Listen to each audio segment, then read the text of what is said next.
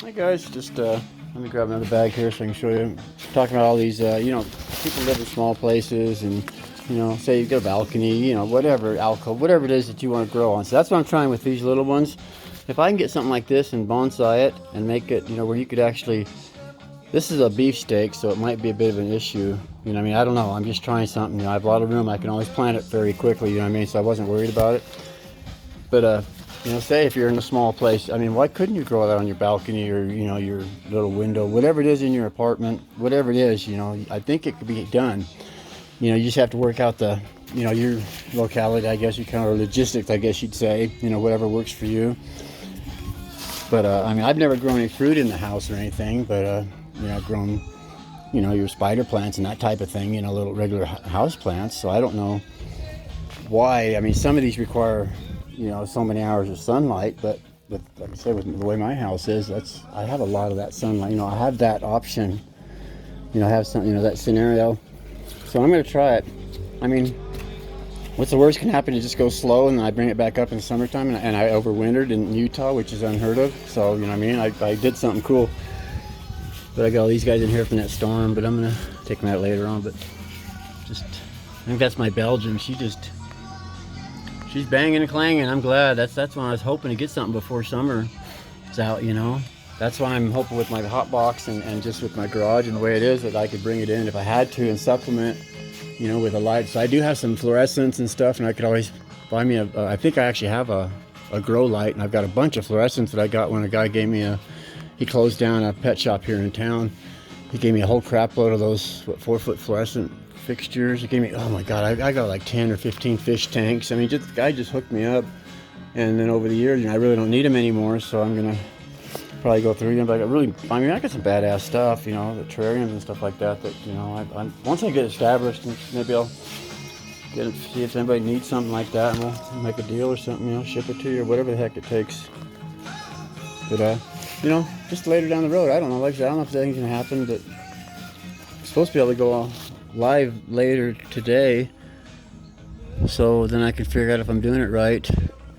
That's that one I pruned the heck out of it. I want to make this one into a bush. So, all right, guys. Like I said, just a little. Oh, see, that's I go all over the world. Okay, but this is what it is. It's just one of those little dare bags that we got when we were, when my boy and stuff was in school, and they were doing everything to help people out. So I just turned it inside out because I don't like the strings on the outside to trip. They're still on the outside when you turn the bag inside out. And I just got me this little. Those little Danish cookie cans or whatever works for you. You could even do it in a 5-gallon. I don't know if it would actually, I don't know if it would fit the mouth of it. But, you could still suspend it, inside there if you're worried about, leaking. I've done that before. There's ways you could suspend it. And plus, once you put dirt in there, it kind of gets its own shape. That's why I do that with this, because it doesn't really have a memory, so it doesn't really know what you want. It's a backpack, so it doesn't really know. But if you put it in something like that, or like I did with these boxes, where are they? This is just one of those sandbag, but this is neat because I was gonna do this for taters, because this is, my goodness, this is probably a 3-foot tall bag.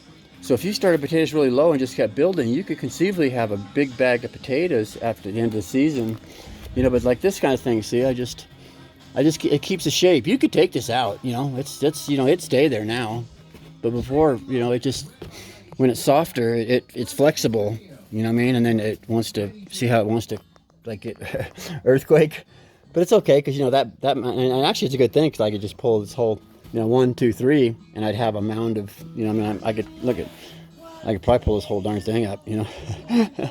That's the cool thing about the way I potting soil and stuff. You really don't touch. There's some white ones there, but that's not going to shock anything. So you just put. That's the nice thing about the potting soil, like I said, with the worm dirt and just the way I make it. I think I was talking yesterday about the consistency, and I think I lost time. But that's what I was meaning, where I make it where it's, you put water to it, and it holds, but then it goes through it, like you want, because you don't want standing water. That's why this one I'm really disappointed. I'm going to change it now. That's why I made up a batch. That's kind of what I was doing now. I'm going to put it in a bag and show you guys. I got something to eat the spider web or something's freaking me out, so sorry. But so I took that bag, turned it inside out, filled it up, put it in that can. I just use that for a support main. Heck, like I said, I can take it out. It doesn't matter. That's the way the bags are anyway. You know what I mean? Now you can grow that, but you're going to leak because, you know, of course it leaks out. And that's why this has holes in it, so it's not a very good. But I just mean, you know, 5 gallon, you know, 2.5 gallon, you know, a got cooler, you know, anything that would hold anything. That little, I found that on the highway, man. It's just like those ones you get for ice cream. So I was in the road one day and I picked it up. I was like, this is interesting. It had an ice cream scoop in it, like it fallen out of somebody's vehicle or something. So I just use it for my lawn gear. You know, I have irrigation parts and stuff like that in there. But just anything you have that'll hold water, you know, like that's my bucket. You know what I mean? That you could grow something. You could grow it like that, but then, like I said, you have to be careful that it doesn't leak out and make a mess of your, you know, wherever you live. You know, outside I really don't, you know, it doesn't matter unless I'm trying to recover all the liquid, which I do out here. So, but I was thinking of just using this can as a just support means. So, but I'm gonna get it planted up and I'll holler later.